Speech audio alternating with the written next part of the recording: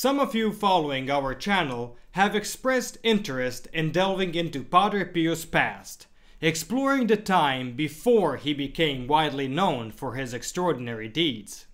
Well, today's story takes us back to that period, before the stigmata, before the fame. Yet, it still reveals his connection to the miraculous.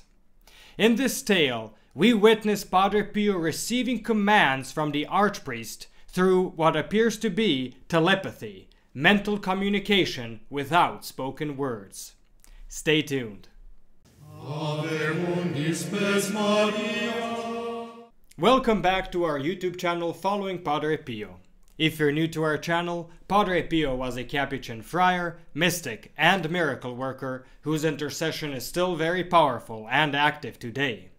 We publish videos and shorts 5 days a week, so follow us to find out more about the life of this fascinating saint, and you will be amazed at what Padre Pio can do for you, a family member, or a friend. And now to our story. Today's story is sourced from the book Padre Pio, the Saint of the Third Millennium by Olivio Cesca. Within its pages, we encounter what I can only describe as a mind-bending narrative, involving mystical ecstasies, false proclamations of death, and, as I mentioned in the introduction, the fascinating phenomenon of mental communication. But before delving into the story, let me provide some background information for better context. The story takes place in Padre Pio's hometown, Pietrelcina, in 1910, when he was 23 years old. He had just been ordained a priest, but because of his fragile health and constant illness, he was asked to stay home under the watchful eyes of his parents and family.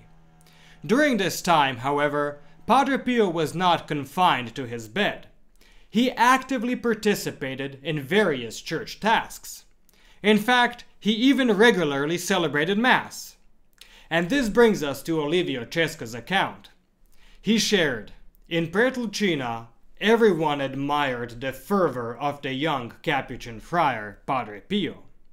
Many had seen priests enraptured by the mystery before, but none like him, who seemed to touch divinity with his hands. However, there was a little problem. Padre Pio's masses seemed never-ending, lasting up to 4 hours. So, even from the very beginning of his priesthood, Padre Pio's masses were exceptionally long. And, as the author informs us, the faithful began to complain. A group of parishioners approached the archpriest, Father Salvatore Penulo, requesting his help on the matter. And the archpriest came up with a curious solution. "Piuccio," he said, that's what he affectionately called Padre Pio, "it's good to be a bit careful not to prolong the celebration too much. What do you think? Shall we make a deal? I'll try to mentally signal you when you need to continue." And the plan worked.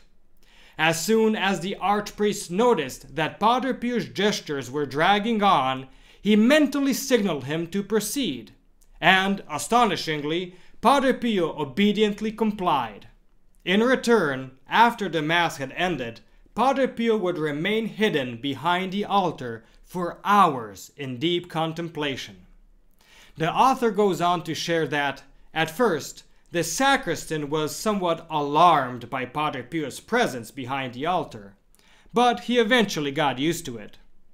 On one occasion, however, as he returned at noon to ring the church bell, he was shocked to find Padre Pio laying flat on the floor, motionless and apparently lifeless. He called out to him, but Padre Pio did not respond. He shook him, but Padre Pio remained motionless. He even tried to lift him up, but to no avail. Fearing the worst, the sacristan forgot all about the bells and rushed to the archpriest, shouting, "The monk is dead! The monk is dead!" But, to the sacristan's surprise, the archpriest showed no concern. "No, he's not dead. Leave him alone. Ring the midday bell and go home."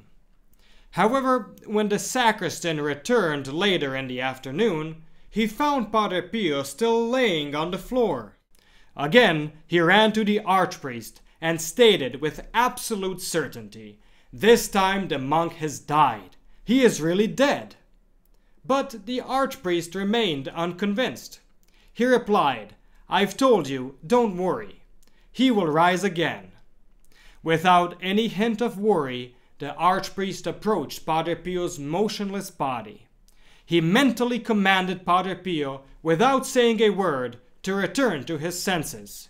And within moments, Padre Pio stood up. End of story. Now, if you enjoyed today's story, please leave a comment below. And if you would like to hear another one from this time, I recorded a video a while back titled Sunday Showdown, Work versus Rest, where you can hear more interesting anecdotes from this period. You can find a link in the description below. May God bless you all, and may Our Lady and Padre Pio pray for us. Thank you for listening. Please do like and share this video to help our channel grow. And please give our channel a boost by continuing to watch another video. This will help with the YouTube algorithm. I have recommended some videos especially chosen for you on the end screen. Or just click on one of the links in the description below for a full selection of great Padre Pio stories, or our playlist of Padre Pio Thoughts for the Day. And don't forget to enroll your Mass intentions for next Friday's Padre Pio Holy Mass. You'll find a link in the description below. And stay tuned for the next video on the life of Padre Pio.